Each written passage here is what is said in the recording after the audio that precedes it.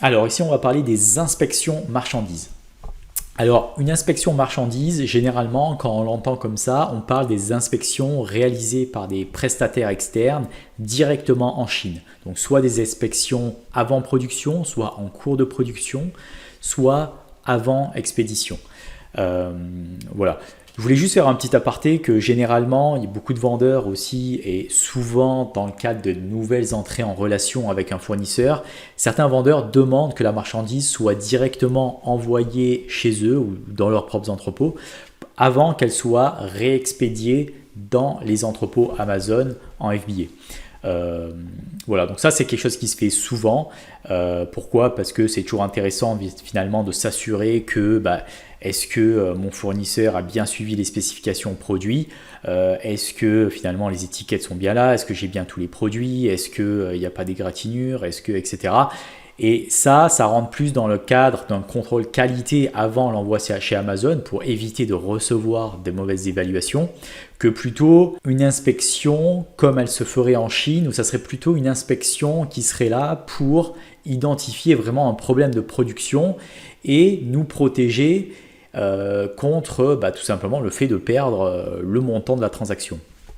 Voilà, donc c'est deux types d'inspection, on va dire. Donc l'inspection officielle, c'est celle qui se fait par un agent qui est sur place. Et ensuite, il y a l'inspection qui peut être faite par vous, qui est, on va dire, le dernier contrôle qualité avant l'envoi dans les entrepôts d'Amazon. Donc c'est deux choses totalement différentes.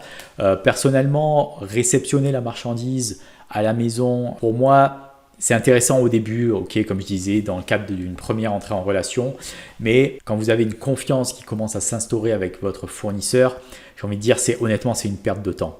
C'est une perte de temps, d'argent de faire ça, et au final, ça augmente aussi le risque d'avoir des produits cassés, parce qu'à chaque fois que vous allez vous faire livrer, il y aura donc des livraisons, des déchargements, des livraisons, rechargements, et ça, c'est jamais bien pour la marchandise.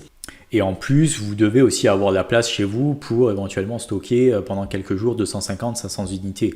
Donc ça pourrait être problématique aussi. Mais voilà, dans un premier temps, si vous avez la place, le temps, faites-le parce que c'est toujours bien aussi de toucher la marchandise. C'est toujours intéressant, mais c'est pas quelque chose qu'on va faire sur le long terme. C'est vraiment en début de relation. Par contre, là, on va parler des inspections en Chine. Donc il y a 5 principaux types d'inspections. La première, ça va être de Pre-Production Inspection, PPI. Donc ici, on est en contrôle pré-production, donc vraiment avant que la marchandise ne soit créée. Et on va s'assurer que l'usine en question dispose des équipements nécessaires, qu'ils ont bien compris nos spécifications produits, qu'ils disposent éventuellement des certifications avec des tests à jour sur lesquels on va pouvoir s'appuyer pour finalement sourcer un produit qui soit fiable et en ligne avec nos exigences. Dans un deuxième temps, on a la Initial Production Inspection. Donc là, ça va être l'inspection du premier article.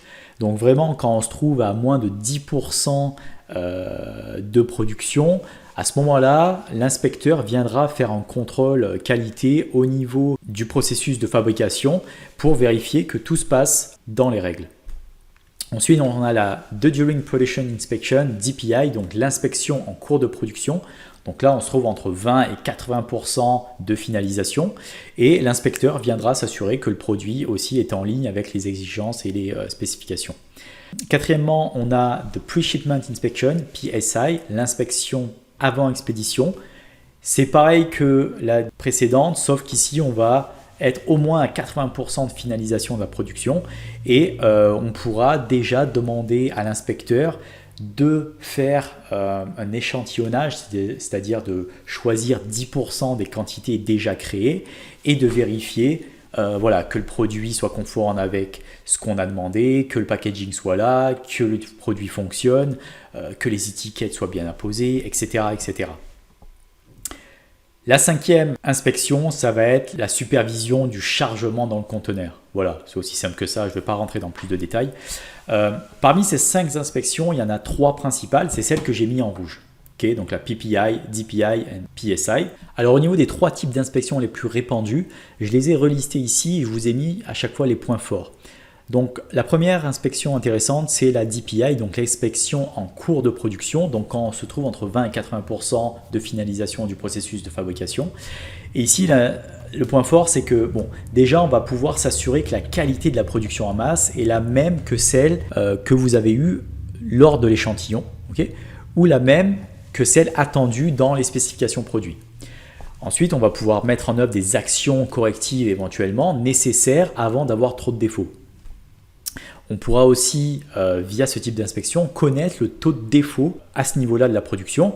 Le taux de défaut, c'est intéressant de le savoir et je veux dire, ça ne veut pas forcément dire que le fournisseur est de mauvaise qualité, mais ça peut soulever des problèmes dans le sens où peut-être que le fournisseur ne maîtrise pas soit la technique de fabrication adéquate, soit ne dispose peut-être pas des équipements adéquats.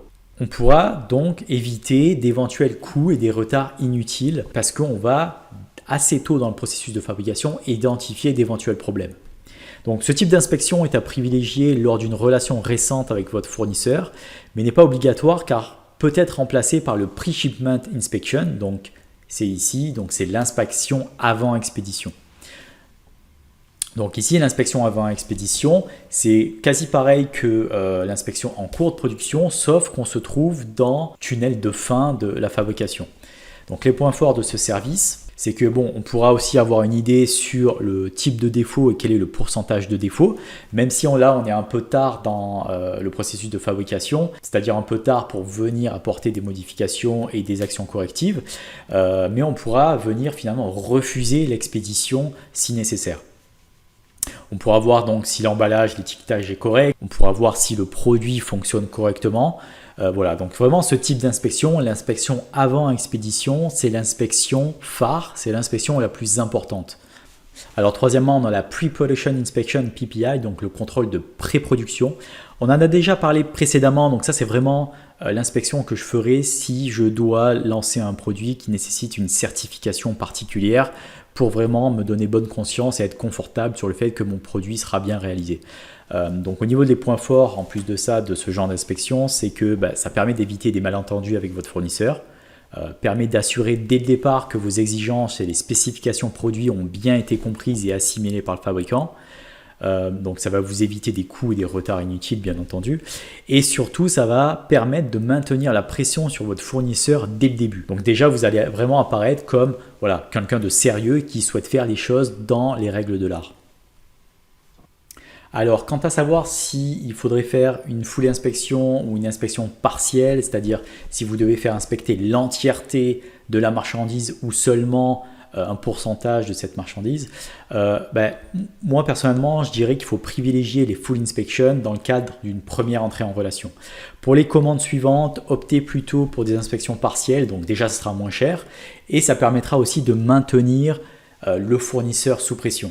Aussi, gardez en tête que faire des inspections, c'est pas obligatoire. Personnellement, moi j'en fais lors de la première entrée en relation et après j'en fais tous les 5-6 commandes, à peu près en moyenne. Je fais des inspections partielles.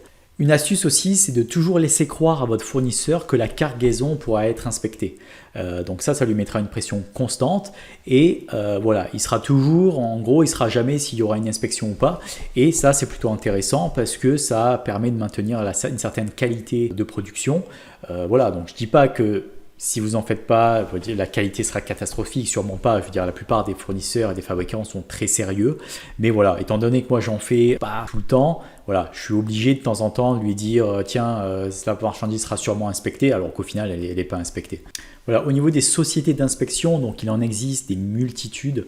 Moi j'ai déjà traité avec ces 4 sociétés, donc Topwin, Vitrust, Kima qui était anciennement Asia Inspection et NBN Inspection. Honnêtement c'est kiff d'une société à une autre.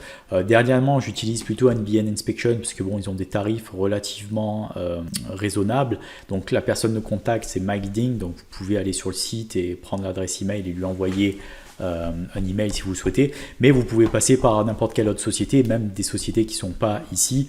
Ils proposent à peu près tous un peu le même service. Ici, vous voyez, c'est Topwin. Au niveau des inspections, vous voyez, il y a l'ensemble des inspections qu'on a vues et dont on a parlé. C'est toujours un peu, de toute façon, le même service qu'ils proposent.